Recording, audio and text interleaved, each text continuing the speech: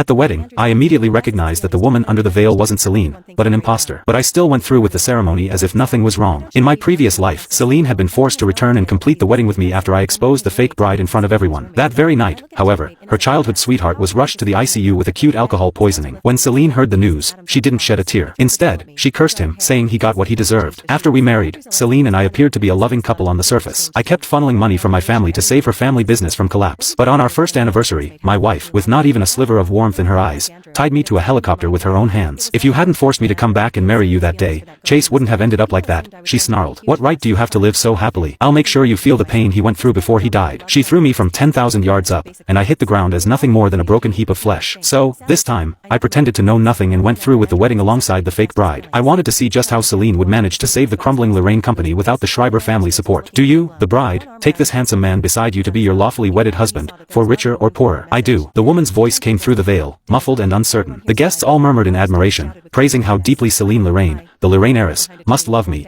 to insist on completing the wedding even with a heavy cold, afraid I might feel wronged otherwise. Wait a second. The woman beneath the veil averted her gaze, a fine sheen of sweat forming on her forehead. Celine, you don't look too well. Are you tired? I asked with a gentle smile. She cleared her throat nervously. Yes, I gestured for the officiant to pause the ceremony and led the bride into the lounge. Just then, my phone on the table vibrated. More than a dozen unread messages lit up the screen, all from Chase Riverton. You figured out the bride's a fake, haven't you? Surprised? Celine and I are watching your wedding live right now. There was a photo attached, Celine resting her head affectionately on Chase's shoulder, relaxed and smiling. Oh, forgot to mention, this was my idea. The wedding's just her little game to amuse me. I quickly typed out a reply. Is that so? Want to bet that with one call from me, she'll drop you and come crawling back? As expected, there was no response for a long while. Perfect, I thought. The fish had taken the bait. I put the phone away and turned toward the silent bride beside me. She shifted uneasily, glancing up at me. Actually, I patted her shoulder lightly. Deep breaths, Arya. Her shoulders relaxed at once. You already knew. She went quiet for a moment, then drew in a deep breath as though gathering courage. Celine isn't worth marrying. She only set this up to humiliate you. I leaned closer, my voice low. I didn't stop the ceremony to expose you. I just need you to help me put on a show. I hadn't known until after my death that Arya Grant had been watching over me in secret for years. When she heard I'd died, she was the only one who refused to believe it was an accident. Later, she discovered that Celine had been behind it,